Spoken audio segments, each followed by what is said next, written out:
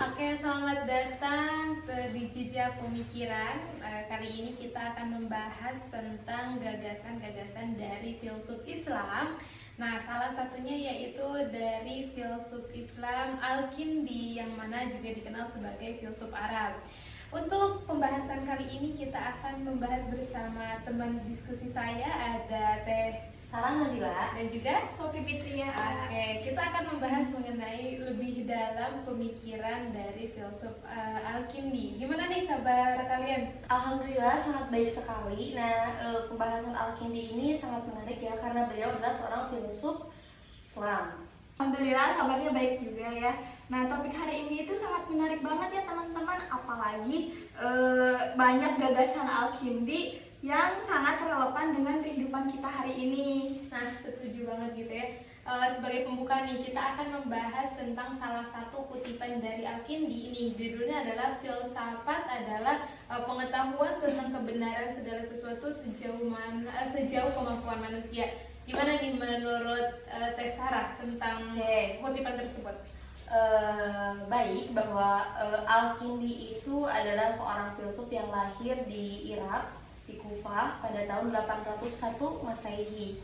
Nah, beliau ini adalah seorang ilmuwan, kemudian seorang filsuf, seorang matematikawan juga. Nah, Al-Kindi ini terkenal karena beliau sebagai pelopor yang memperkenalkan gitu filsafat Yunani, terutama Aristoteles dan Plato, seperti itu. Oh, jadi dia itu semacam jembatan antara dunia barat dan Islam ya. Nah, menarik banget ya teman-teman, apalagi di zaman sekarang ini kita sulit menemukan di mana harmoni antara ilmu dan agama kadang sulit ditemukan di zaman ini ya. Tepat sekali. Nah, untuk itu kita akan membahas lebih dalam terkait pemikiran dari Al-Kindi.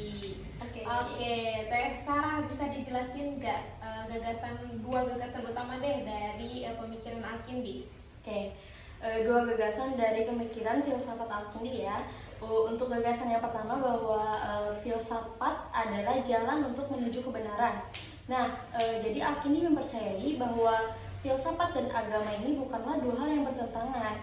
Menurutnya justru bahwa filsafat dan agama ini adalah dua hal yang bisa menemukan kebenaran, seperti itu. Oh, jadi dia itu tidak melihat antara sains atau filsafat itu sebagai ancaman terhadap agama ya. Menarik banget ya teman-teman, karena banyak banget sekarang di zaman sekarang itu yang berpikiran sebaliknya. Betul sekali. Betul Teteh? Bisa. Cut. Action. Betul sekali. Justru Al-Kindi itu berpendapat bahwa ilmu pengetahuan itu bisa memperkuat iman. Dengan apa? Dengan argumen yang logis, lalu membuktikan keberadaan Tuhan. Itu. Lalu untuk gagasan keduanya bagaimana nih? Nah, untuk gagasan kedua ini adalah jiwa dan akal.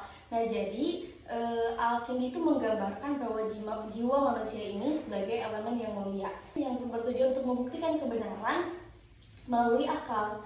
Nah, Al-Kindi ini sangat dipengaruhi oleh Aristoteles dan Neoplatonisme di dalam pandangan ini, bahwa jiwa manusia itu lebih tinggi dari tubuh fisik dan harus diarahkan dalam kebijaksanaan, seperti itu. Oh, ini relevan sekali ya teman-teman, apalagi dalam dunia modern kita sering terjebak dalam hal-hal yang material dan sering lupa akan sisi spiritual kita. Setuju.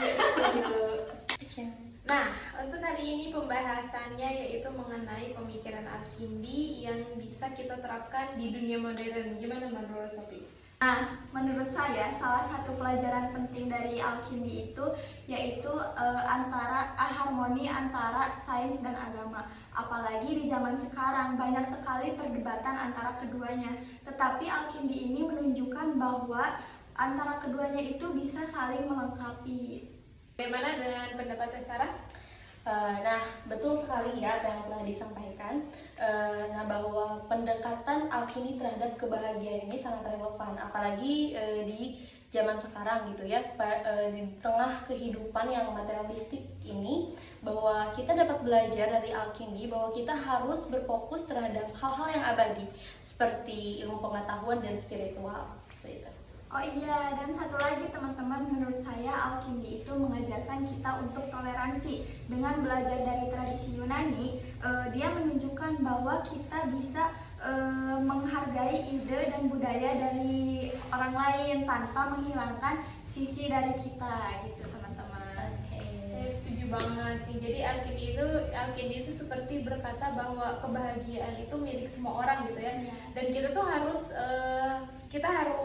terbuka, harus mencari kebahagiaan itu dimanapun. Itu teman-teman pembahasan kita kali ini tentang pemahaman dari pemikiran Al-Kindi sebagai filsuf Islam, sebagai filsuf terkenal Islam, atau dikenal juga sebagai filsuf Arab.